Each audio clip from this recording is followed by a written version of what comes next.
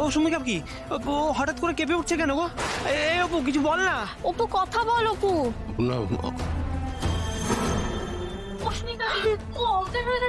না না ঘুমিয়ে পড়লো মনে হয়, বুঝলি, শরীরটা ছেড়ে দিয়েছো। ঘুমিয়ে পড়েছে। না না ঘুমলে ঠিক হয়ে যাবে। শোনো শোনো, ওকে ধরো ধরে আমরা শুয়ে দিই। আয় মা, আমি শুয়ে দিচ্ছি, আয় তোকে।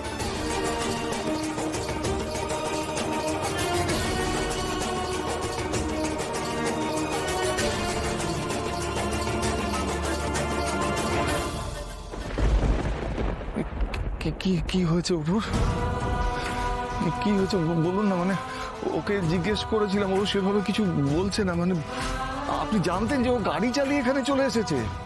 তো ও তো গাড়ি চালাতে জানে না, আপনি শিখিয়েছেন ওকে। কিন্তু এই কদিনের মধ্যে কি করে হয়, মানে লাইসেন্স ছাড়া গাড়ি চালাচ্ছে কি করে ও?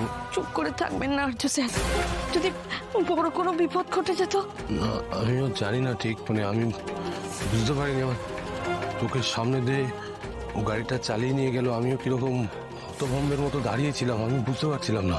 না না, আমি ওই রাস্তার দিকে যখন যাচ্ছিলাম অপু দেখছি গাড়ি চালিয়ে আসছে। আমি অনেকবার ডাকার চেষ্টা করেছিলাম কিন্তু দাদা এসব কিছু আমরা সবাই জানি, তুমি বারবার বলো না এইভাবে। আরে না রুম্পা, তুই বুঝতে পারছিস না। আরে ও কেমন যেন করছিল, নিজের মধ্যেই ছিল না ও। এই দেখে এখনো ওরকম করছে। সন্তু একটু আস্তে কথা বল বাবা। প্রতি অষ্টমীর দিনই ও এরকম হয়ে যায়। কেন যে এরকম করে আমরা কেউ জানি না। ওনারা বারবার অষ্টমীর দিনের কথা বলছেন। অষ্টমীর দিনই ও এরকম করে, এটাই বা কি করে সম্ভব?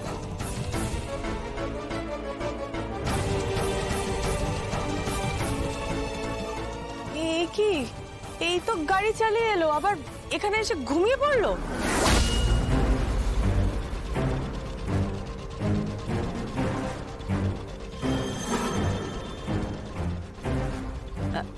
না মানে আমি বলছিলাম যে মানসিক শারীরিক ভাবে ধকল পড়েছে, তাই শরীর টরীর তো খারাপ করতেই পারে, তাই না?